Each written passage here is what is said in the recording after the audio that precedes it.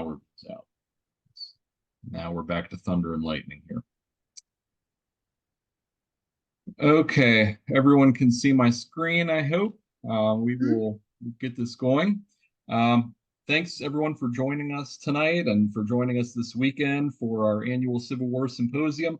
I hope everyone is ready for Saturday. I've been looking forward to this for a long time. It's been a lot of work getting everything ready for all of you, but I think we're going to have a really good day. I hope you're all ready to make friends with the person sitting next to you because there won't be any empty seats. We are going to be packed in that room.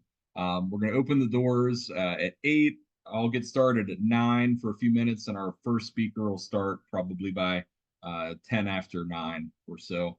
I'd sent out an email I think it was last week, to all of the registered attendees. I checked, and anyone who hadn't yet received that email, yesterday I resent it, or anyone who hadn't opened it, rather, I sent it again to all of those individuals yesterday. So hopefully everyone has seen that. That has all the information in there on how the day will go. On parking is really going to be at a premium. So if you're able to get there a little bit early, if you need a spot, around the building, I'd recommend getting there early. Otherwise, we're going to be looking at parking down the hill, heading back down into downtown Carnegie. We have some really great raffle prizes that have been donated. We have some really, really cool stuff. So bring some money for raffle tickets. Several of our speakers are going to have books for sale, so try to support them as well. And then any questions that come up between now and Saturday morning, I'll be in the building all day tomorrow, so feel free to email or call with any questions or concerns, or if anything comes up, and we will get you taken care of. Okay, so let's get into our story. All right, so who's this guy? That's Jeb Stuart, right? He liked to ride around up north, get his name in the papers. And who's that guy? Nathan Bedford Forrest, and my humble opinion, one of the most overrated generals of the Civil War. I'm no fan of Forrest, but Shelby Foote sure loved him. And then who's this guy? John Hunt Morgan. I'll never understand the fascination with John Hunt Morgan. I grew up right along the path of Morgan's raid. His men came right through my hometown. He is lionized in my area of southeastern Ohio. But this is a guy who not once, but twice destroyed a very fine division of Confederate cavalry, all at a time when it was becoming increasingly difficult for the Confederacy to replace the men, to say nothing of the horseflesh. But these are the guys that come to mind when we think about these great cavaliers of the Confederacy, these guys raiding around Virginia and Tennessee and Pennsylvania, Kentucky, and Ohio. They drip with that chivalry, that flair, that elan that maybe this guy just doesn't. And who's this guy? That's Albert Gallatin Jenkins. And I would contend to you that he's one of the great unsung cavaliers of the Confederacy. And you don't hear about him too often, probably because he spent the majority of his service out in Western Virginia and Southwest Virginia. But this guy was absolutely putting in the work. And I've been fascinated with these types of characters for years, these guys who, cut their teeth out on the fringes of the Civil War. And this is a guy that doesn't get a lot of mileage outside of West Virginia, but he doesn't really cut a dashing figure. You could say the same thing for the men under his command. They were not the polished horsemen, the sons of Tidewater aristocracy. They were not the FFVs, the first families of Virginia. These were mostly farmers from the rugged mountainous area of Western Virginia, and their discipline could at times be lax. In fact, Jenkins tendered his resignation following the Gettysburg campaign. He took a head wound at Gettysburg, but more so was because his wife was starting to go blind, and he wanted to come home and care for her. So he tendered his resignation, and Jeb Stuart was all about it. Stuart told the Confederate Secretary of War, James Seddon, that this was, quote, the perfect opportunity for a good disciplinarian and an experienced cavalry officer to mold the best material I know of into a fine cavalry brigade. Now, Robert E. Lee would not hear of it. Lee wrote that, quote, "I cannot recommend the acceptance of his resignation. He is a gallant officer, has organized a large brigade of brave men who only require instruction. I know of no one with whom to replace him." That's high praise from Robert E. Lee. So tonight we're going to look briefly at Albert Jenkins, who he was. We're going to examine his 1862 Trans-Allegheny raid. We're going to see where it fits into the bigger picture of what was going on in the fall of 1862, a very busy fall of 1862. And we'll look briefly at a follow-up raid that he made in the spring of 1863 through this same area of Western Virginia. So, who was Albert Gallatin Jenkins? So, he was born in November 1830 in Cabell County, Virginia, today West Virginia, where you see the star on the map there. That is all the way over on the Kentucky border, around the neighborhood of where Huntington is today, Marshall University. He was named after the former Senator and Secretary of the Treasury, Albert Gallatin. He was raised on his family's expansive plantation at Green Bottom, over 4,000 acres right along the Ohio River that you see there. A photo of the building still stands, owned by the Corps of Engineers, I believe today. They put millions of dollars into restoring this house years ago, and today it's again been essentially abandoned or mothballed. But the Jenkins family owned dozens of slaves on this plantation. The slaves worked the property, harvesting corn, wheat, potatoes, oats, and cattle. Now, Jenkins benefited from his family's tremendous wealth. He and two of his brothers attended Jefferson College just down the road from us in Canonsburg. His sister attended the Steubenville Female Seminary right across the river from us at Steubenville, Ohio. After graduating in 1848, he enrolled at Harvard to study law. He was admitted to the bar after graduation and took up the practice of law back home in Western Virginia. Now, in 1857, Jenkins was elected to Congress as a Democrat, re-elected again in 1859, kind of an undistinguished congressional career.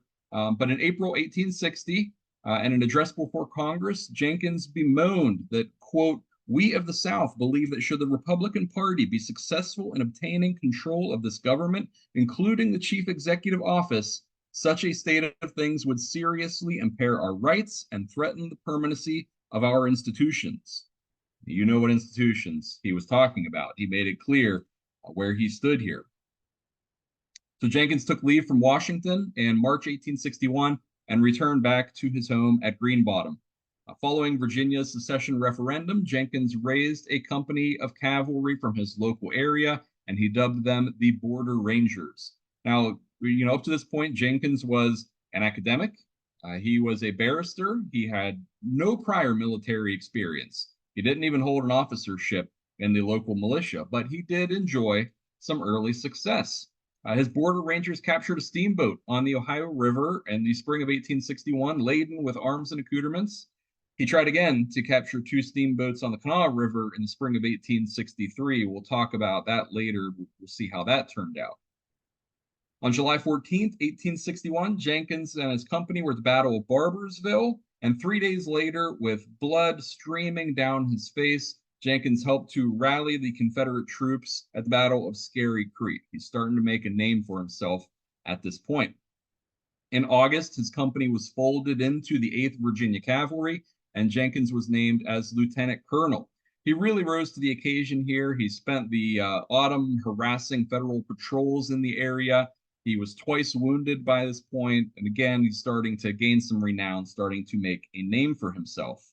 One Ohio newspaper noted that, quote, "Jenkins is a genius. The Richmond paper's teem with accounts of his prowess and personal daring, while to us he is an illusion, hovering just out of reach and aggravating us by his constant contiguity."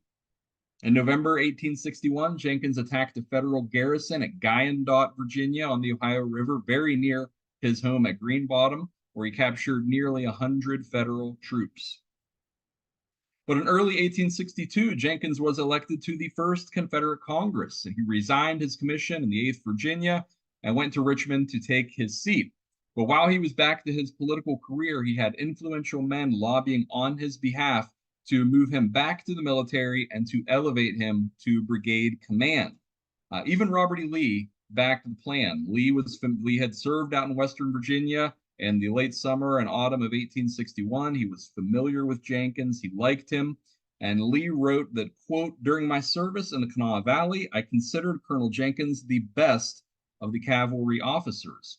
So in early 1862, Jenkins was notified that he had been appointed a brigadier general of cavalry and was ordered back to Western Virginia. So this brings us up to the eve of the Trans-Allegheny raid.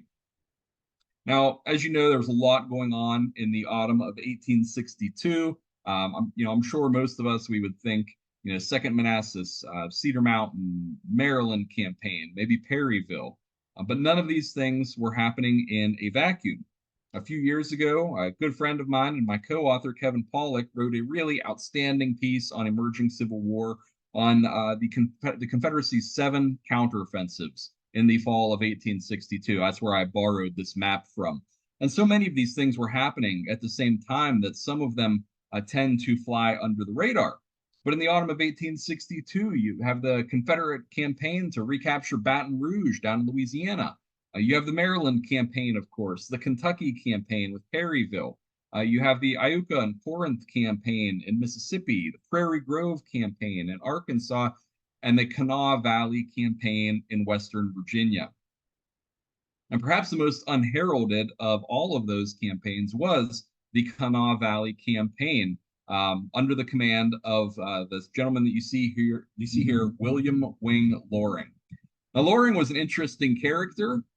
He had served in the Second Seminole War. He had served in the Mexican War. And as you can see in that image there, he was minus an arm. He lost his left arm at the Battle of Chapultepec. He called this wound the proudest moment of his life because it was a visible badge of honor.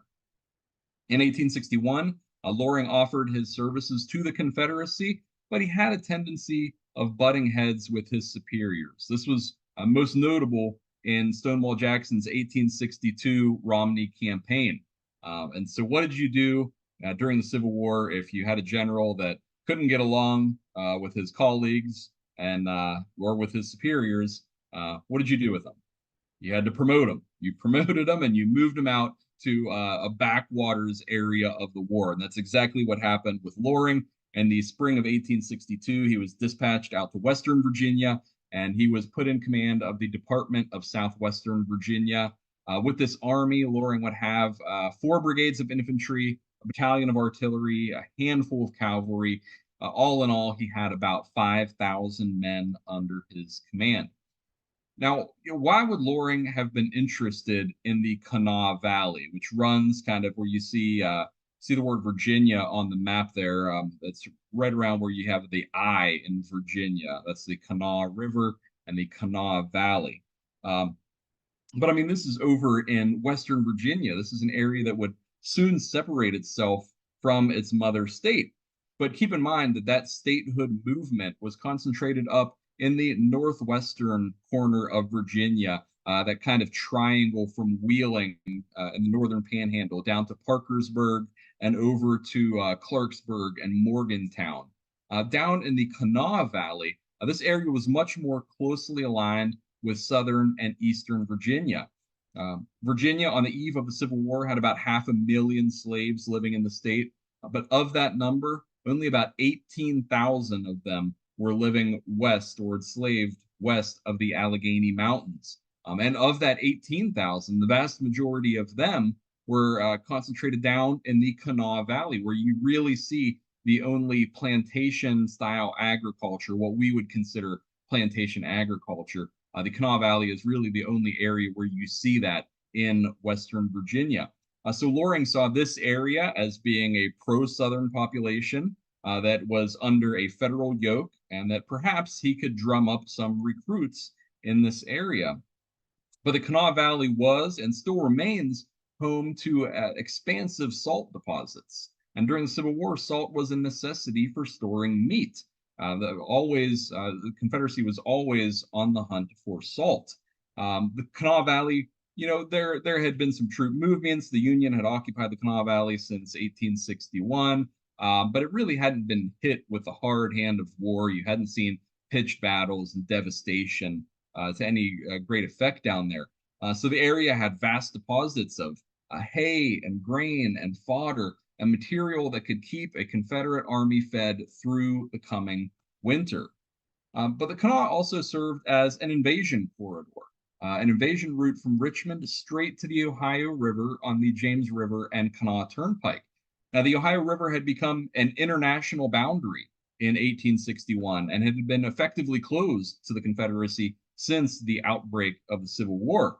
And like I mentioned, the Kanawha Valley had been under federal control since the summer of 1861. And now, if all of that wasn't attractive enough, Union General Jacob Cox, who you see there on the left, had been called east to the Army of Virginia with his Kanawha division that had been stationed down in the Kanawha Valley since 1861. This was going to leave only about 5,000 men under the command of Colonel Joseph Andrew Jackson Lightburn to hold this expansive Kanawha Valley, which ran more than 100 miles from Gauley Bridge down to the Ohio River at Point Pleasant. The Confederates liked their odds. Whenever they could get an evenly matched opponent, they always liked their odds. So Robert E. Lee urged that this was going to be their best opportunity to retake the Kanawha Valley. They had a window here with the Kanawha division out of the picture. So Loring developed a two-prong assault on Lightburn's command. First, Jenkins would take all of Loring's available cavalry, and this amounted to only about 550 men, and he would raid into northwestern Virginia. Loring wanted him to damage and destroy as much of the Baltimore and Ohio Railroad as possible, and then swing back south to arrive in the rear of Lightburn's troops in the Kanawha Valley. Now, all of this would make about 500 miles for Jenkins to cover, and timing was of the essence here. It had to be accomplished by September 8th. In the meantime, Loring was going to drive his command, his infantry force, down the Kanawha Valley, where he would hopefully find Jenkins sitting in the rear of Lightburn's men. Now, Jenkins' command consisted of only companies. He had no full regiments. He had companies of the 8th Virginia, his former regiment, and the 14th Virginia Cavalry. Both of these regiments had seen just limited action, primarily out in western and southwestern Virginia. So Jenkins departed Salt Sulphur Springs. You see the image there of the springs down in Monroe County, Virginia, for what would become this great Trans-Allegheny raid on August 22nd, 1862. And if that date is familiar, that is the same date that Jeb Stuart initiated his Catlet Station raid, which was gained much more press, much more notoriety, if we're keeping score of why the Trans-Allegheny raid has been overlooked. Now, it took Lightburn several days before he realized that Jenkins was moving on his flank, and Lightburn reasoned that this was probably going to happen in conjunction with a movement from Loring down the valley. But Lightburn had to accept the fact that with his diminished command, he just didn't have the troops to throw at each threat coming his way. Most of his command were scattered at various posts, and he couldn't throw his men at each threat. So Jenkins made good time. He arrived in the Greenbrier Valley in just 2 days' time. On August 28th, he entered the Tigris River Valley. This is up around the area of McClellan's first campaign in the summer of 1861. The Confederates actually passed by their fortifications of a year earlier. One Confederate wrote that, quote, "We found ourselves among the deserted, dirty huts once occupied by the scum of Yankeedom." Jenkins found the largest force that he would face in front of him, about 1,500 men at Beverly under the command of Union Army General Benjamin F. Kelly. Jenkins decided this was too big. If he tried to throw his men against Kelly here, it was going to take too long. So he bypassed over overtop the Rich Mountain battlefield from 1861 and continued on his way. But on August 30th, Jenkins was going to face his first serious resistance at Buchanan in Upshur County. There he found troops of the 10th West Virginia Infantry and one battery, Battery E of the 1st West Virginia Light Artillery, that hadn't even been mustered into service yet. In all, about 200 men who had an idea that Jenkins was on his way, so they were ready to meet him. In a running fight through town, Jenkins killed 12, he claims to have killed 12 men. It was a little bit less than that. Captured 20 prisoners, including the commanding general of the post here, or the commanding officer of the post. But what was more a prize for Jenkins was the 5,000 stand of brand new Enfield arms that he captured. He took this opportunity to rearm his entire command, and he destroyed the rest, along with about 1 million rounds of ammunition. Um, he spiked the federal cannon that were there, and he destroyed more than 100 army wagons and ambulances. We have a great account of this from one Confederate who recalled that, quote, we scattered sugar, rice, and coffee all over the street, just about halfway deep, and then made fires on all of it, and made fires on it out of their wagons and ammunition. There were crackers, soap, shoes, clothes, boots, hats, and everything you could think of. We got all we wanted and then burned the rest. That was a tremendous storehouse there that they put to the torch. On the following day, Jenkins moved into Weston, home of Virginia's Trans-Allegheny Lunatic Asylum. The building you see there is still there today. You can take tours. It's been restored into a museum. And here he found that the federal garrison had already deserted the town ahead of his coming. That was all except one guy, a Lieutenant Henry Hoy of the 6th West Virginia Infantry. And the 6th West Virginia is one of my all-time favorite regiments of the Civil War. Not a regiment that really gets their due. They were called the B&O Regiment. Their entire duty was to guard the Baltimore and Ohio Railroad during the Civil War. A really thankless job, but they were the single largest federal infantry regiment recruited during the entire Civil War. Most federal infantry regiments go companies A to K, and then with cavalry, you see like L and M companies. For an infantry regiment, the 6th West Virginia went all the way from A to Company P. They were a huge regiment. And again, like I said, a thankless job. They never really get thanks. But Hoy is an interesting character. I have to admit, I don't have a conclusion to his story yet. Once I do, I'll be sure to write something about it and put it on Emerging Civil War. But Hoy was 22 years old. He had enlisted the previous autumn in Parkersburg, Virginia, as a lieutenant in Company G of the 6th West Virginia. And apparently, by this point, he had already at least once been suspected of disloyalty. So he was in command of the post here at Weston, and he was observed to routinely dine and lodge at the home of Southern sympathizers and secessionists. He rarely wore his uniform around town. He dressed in civilian duds.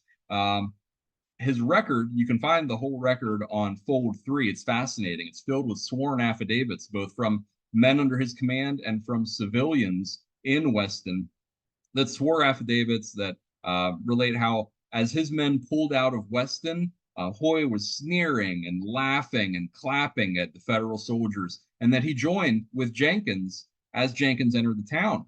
One Confederate was recorded as telling Hoy that, quote, you don't look like you'd be of much use to either side. But Hoy rode with Jenkins all the way to the Ohio River, where he sold his sword and pistoled one of Jenkins' men and crossed over into Ohio, where he was captured, arrested, and dismissed from service, though he was able to get that dishonorable discharge reversed later. I need to get hold of the courts-martial papers, but apparently he was able to convince the courts-martial that he was acting as a mole inside Jenkins' column. And, it's interesting to note his older brother was actually lieutenant colonel of the 6th West Virginia. So in an effort, word started getting out about what had happened down here. And in an effort to kind of stamp out any confusion between the two, Lieutenant Colonel John F. Hoy wrote to the editors of the Wheeling Intelligencer that, quote, please say that Lieutenant Colonel Hoy is not the person mentioned in your paper as having turned traitor at Weston. My loyalty is above suspicion. If my brother had turned traitor, I hope and pray that he may be shot. My country first and last, I know of no ties of blood in this war with rebellion. So fascinating story. I'm still in the process of researching that. Now, from Weston, Jenkins started his swing southwest. This is about as far north as he got. He reaches Glenville the following day, where he again routs another small federal garrison. And on September 2nd, he approaches Spencer. That's in Roane County, West Virginia. Now, Spencer was garrisoned by 5 companies of the 11th West Virginia Infantry and a company of independent scouts that were kind of notorious characters known as the Snake Hunters under Captain John Baggs. All these men, this post was under the command of Colonel John Castelli Rathbone, who you see here, of the 11th West Virginia, all told a force of around 300 men. Now, Rathbone was an interesting character. He was originally from New Jersey, but he relocated out to Burning Springs, West Virginia, over in the area around Parkersburg in the late 1850s when his father discovered oil there. His father purchased about 600 acres of oil fields in this area, and the family then got into land speculation, and they subdivided the 600 acres into 1 acre parcels for anyone who wanted to move to this area and speculate for oil. 10,000 people moved to the area, and between the oil and the land speculations, the Rathbones made a fortune. We have accounts that up to the outbreak of the Civil War, this area was capable of producing up to 1,000 barrels of oil a day, and the Rathbones had negotiated 1/8 interest on each barrel that was sold from this land to the tune of hundreds and hundreds of thousands of dollars. To give you an idea, after the war, Rathbone received his share of his father's estate. He was one of 9 children, and his share of the estate was $2.1 million. That's adjusted for today's inflation, that's about $40 million. So that gives you an idea of this family's fabulous wealth. But with the outbreak of the Civil War, Rathbone raised a company, like I said, later named Lieutenant Colonel of the 11th West Virginia Infantry. But Rathbone was not so much in the war for patriotic motives. He was not so much in the war to free the slaves. He was in the war to protect his oil fields. In fact, in the spring of 1862, he had negotiated a truce with some of the irregular Confederate companies that were operating in this area, essentially saying that he wouldn't come out looking for them if they left his oil fields alone. When the departmental commander found out about that, he was furious and had that truce taken off the table in about a week's time. But on September 2nd, Jenkins surrounds Spencer. He sends in a flag of truce and calls for their surrender. So Rathbone calls a council of war, during which all of his junior officers urged him to stay and fight. Rathbone announced instead that he was going to surrender the town. About 70 of his men were furious and refused and slipped out of town, got away from Jenkins' men. But Rathbone ultimately surrendered about 170 men of his command without firing a shot. And again, Jenkins was able to destroy a large cache of arms and tents and commissary and quartermaster stores here. Afterwards, General Jacob Cox reported that, quote, the whole affair was a burlesque upon military operations without one redeeming feature. The reverse of soldierly content is proven to have prevailed. That's a damning statement. Rathbone and his second in command were both court-martialed, both dismissed from service for cowardly conduct. Rathbone was able to use his influence to have that dishonorable discharge reversed in 1866 to an honorable discharge. But just the following year, Rathbone's oil works and about 20,000 barrels of oil were destroyed in the spring of 1863 during the Jones-Imboden raid. Now, the following day, Jenkins made it to Ripley, just about a dozen miles from the Ohio River. The federal garrison there had already departed, but he did capture an army paymaster, liberated him of about $5,000 for paymaster funds there.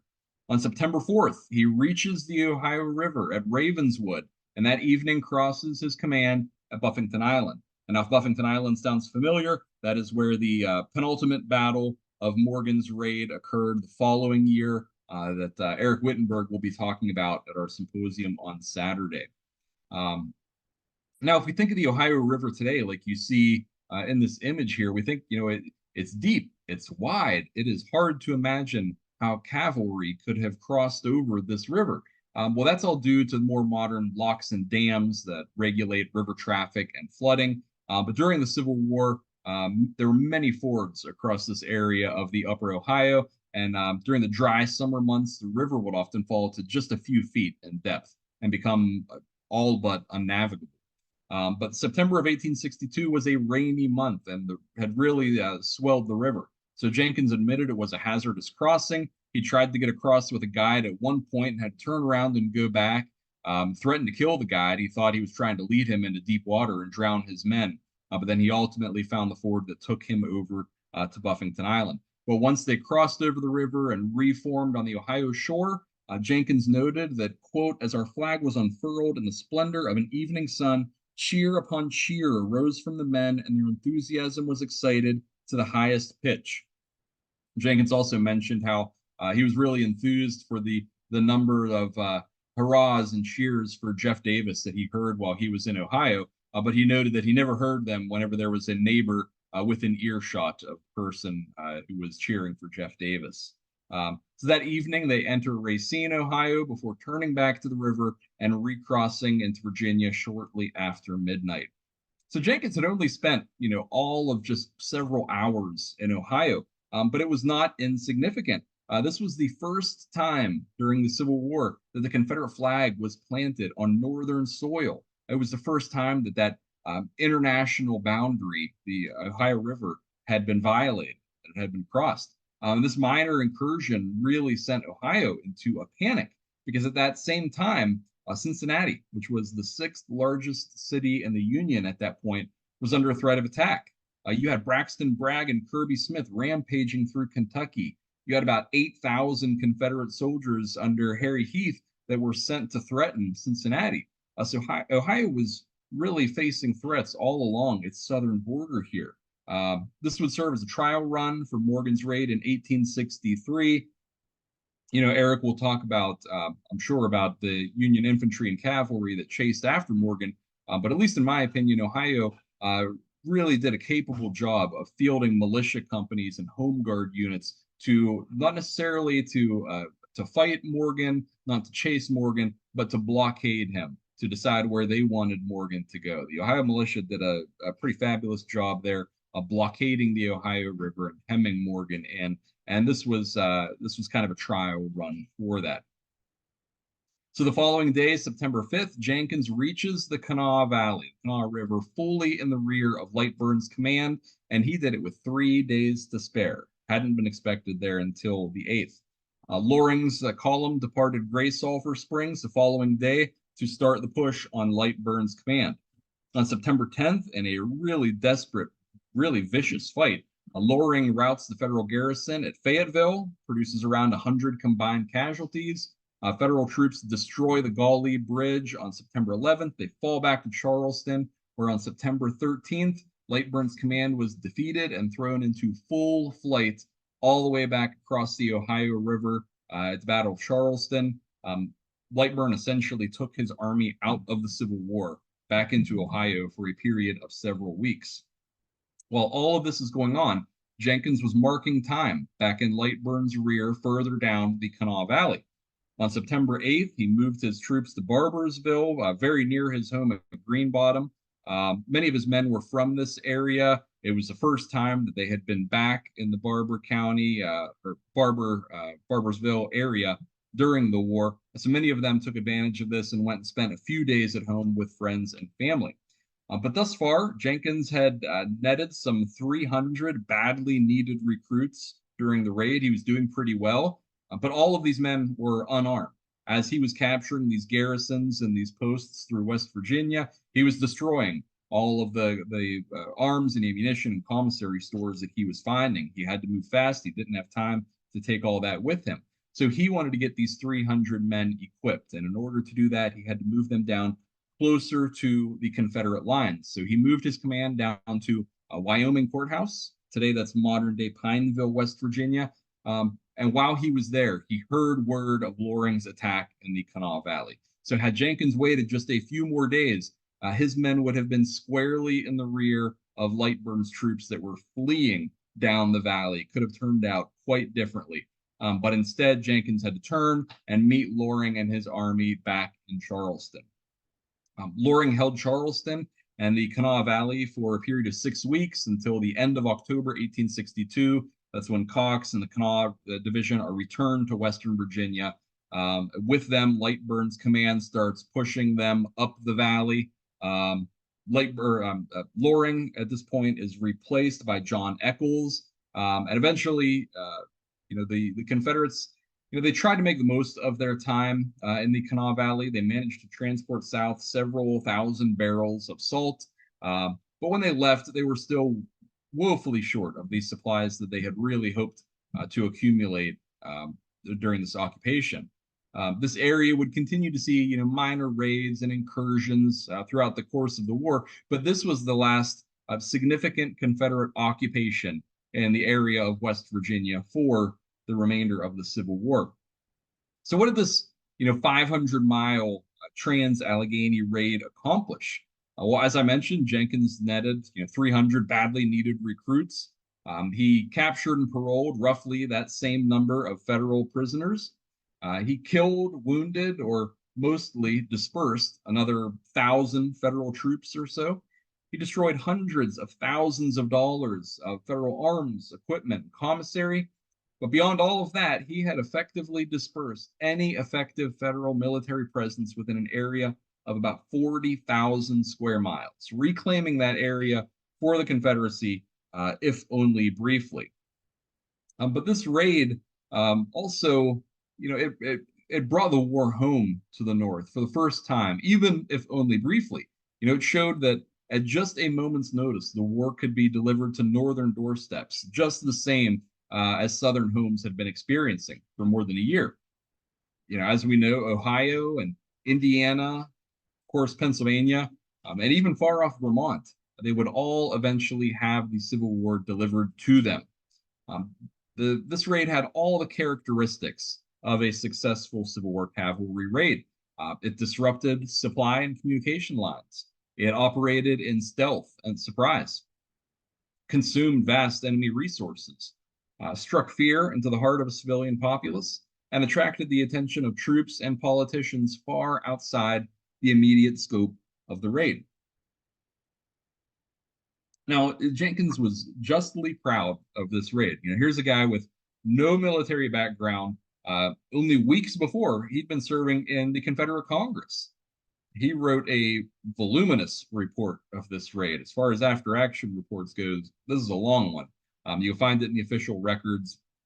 But really, he had just reason to be proud. His men had covered about 500 miles in 15 days' time. That's an average of 33 miles a day over some of the most unforgiving terrain that Virginia had to offer, including multiple river crossings. This was a real feat. So after wintering his troops down in North Carolina during the winter of 1863, Jenkins again sets his sights on the Kanawha Valley, but this time at the very bottom of the valley at Point Pleasant on the Ohio River. Jenkins had raided through this area through Mason County the previous autumn, and now he had his eyes set on fresh horses and supplies. He knew that there were government storehouses at Point Pleasant, as well as a convalescent camp for horses.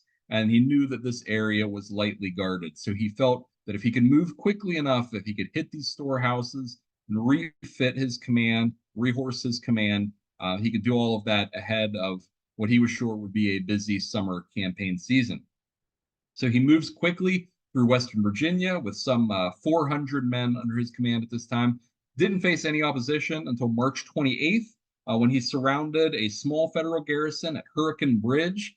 The garrison ignored his calls for surrender, and after several hours of sustained skirmishing, Jenkins ultimately decides to just bypass this garrison. So he hits the Kanawha River the following morning, and he was apprised that 2 steamboats were steaming down the river from Charleston, and here he hatches a plan to capture both of the boats and float his command down the river and take Point Pleasant by surprise from the river. Remember here, he'd had some success in 1861 capturing a steamboat from the land with cavalry. He likely couldn't have realized that one of the passengers on board one of these boats was U.S. Army Paymaster Benjamin Cowan. The following year, Cowan would become Adjutant General for the state of Ohio. But Cowan had on his person about $175,000 in government funds. So Jenkins, after he gets word that these boats are coming, he arrays his men in a gauntlet on either side of the river for about a mile in length. The lead boat, which was a boat called the Victor No. 2, had a crew of 12 men. had about 15 to 20 sick and wounded soldiers, two families with young children, and about 2 dozen sick and disabled horses on the deck of the boat. So as the captain, comes around a bend in the river and he sees the Confederates lining the river on either side, he orders the furnaces stoked to a full head of steam and instructs the pilot that, quote, we would under no circumstances surrender, that he must stand to the wheel, and if he were killed, I would take his place. So Jenkins had his men train their shots on the pilot house and the steam pipe, attempting to disable the boats. One shot pierced the steam pipe of the Victor #2, slowing the boat, but it took the two boats about 8 to 9 minutes to cross through this gauntlet. Each boat counted about 200 bullet holes afterwards. On the Victor, 2 men were killed and 5 horses were killed, but they made it through. They pushed through and they limped on to Point Pleasant, where they were able to warn the garrison there that Jenkins was back and operating in the neighborhood. Now, there was just one company garrisoning the storehouses in the convalescent camp at Point Pleasant, and that was with the 13th West Virginia Infantry. Once they heard that Jenkins was likely on his way, the men barricaded themselves inside the courthouse that you see there. Additional invalid troops were rushed up from the federal hospital at Gallipolis, and Jenkins arrived on March 30th. He tried for nearly 4 hours to dislodge the Federals here from town. Federal casualties during the attack on Point Pleasant were 2 killed, 3 wounded, and 6 captured. Jenkins lost in the neighborhood of 75 men, mostly captured, including a number of his senior officers. That's about a quarter of his entire command that he took on this raid. The Confederates did manage to set fire to several of the storehouses before they left town, but they recrossed the Kanawha River. They proceeded south into present-day southwestern Virginia, still short on those much hoped for supplies and fresh horses. That spring, Jenkins and his brigade are called east to the Army of Northern Virginia, but his old regiment, the 8th Virginia Cavalry, were separated from his command. They were going to stay out in Western Virginia. So in his farewell address, Jenkins noted that, quote, we have shared together the exposure, the hardships, and the perils of nearly the entire duration of the war. And though from not being connected with any of the large armies of the Confederacy, we have not been able to participate in the glory of the battlefields, which will become of historic fame. Yet we may surely look back upon our career with some degree of pride. We have contested the occupancy of our immense frontier and have been almost invariably successful in every encounter with the enemy. We have, under the greatest difficulties and in the midst of a hostile population, circumvented the entire lines of the foe. We have more than once penetrated to the Ohio River and were the first Confederate soldiers to plant the banner of the South upon a northern shore. In leaving you to operate with the rest of my brigade in a new theater, I do so with a fervent trust that we shall yet meet again. And I feel assured that under your present officers and in your present state of efficient organization, you will add new laurels to your fame. So Jenkins goes and he screens the advance for the Army of Northern Virginia during the Gettysburg campaign. Like I mentioned earlier, he takes a head wound, multiple head wounds during the war, and offers up his resignation. That's not accepted. He returns to command with his brigade. They were sent back to Western Virginia, where on May 9th, 1864, the Battle of Floyd's Mountain, Jenkins is mortally wounded, has an arm amputated, but dies several days later. Jenkins and his men were painfully aware, like you could see in his farewell address there, that their contributions during the raid and in fact throughout the Civil War had gone unnoticed. That's not entirely the case today.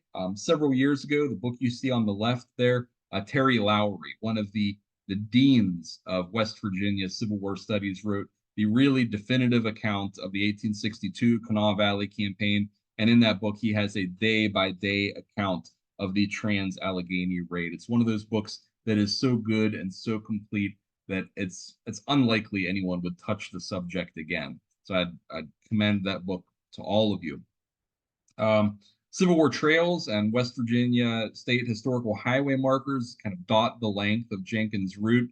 The one map that I provided with all of you, that was from Civil War Trails. The second map of the 1863 raid I had commissioned by my good friend Ed Alexander for Emerging Civil War. And if any of you are familiar with Daryl Smith of the Western Theater Civil War blog and the new Western Theater Civil War podcast, Daryl's been doing some great stuff with Albert Jenkins with his Trans-Allegheny raid. He's got articles over on the blog, and a few years ago, he organized a driving tour of a car caravan tour of the length of Jenkins' route across the boot heel of Ohio. So while the raid was largely overlooked in historical and modern Civil War historiography, um, seemingly in favor of either smaller or more minor or less successful raids. At least in more recent years, Jenkins has started to get some due. So I would be happy to answer any questions that anyone has. I thank all of you for logging on and watching this tonight. You're welcome to unmute yourself if you do have any questions. But otherwise, I will look forward to seeing everyone on Saturday morning for several speakers who do a much better job than I do. All good friends of mine, and I'm very lucky to get them to Pittsburgh for this event. So I'm glad all of you are coming out for it.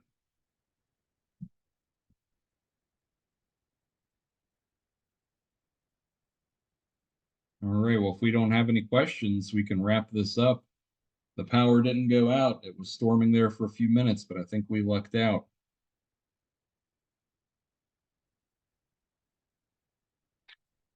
All right.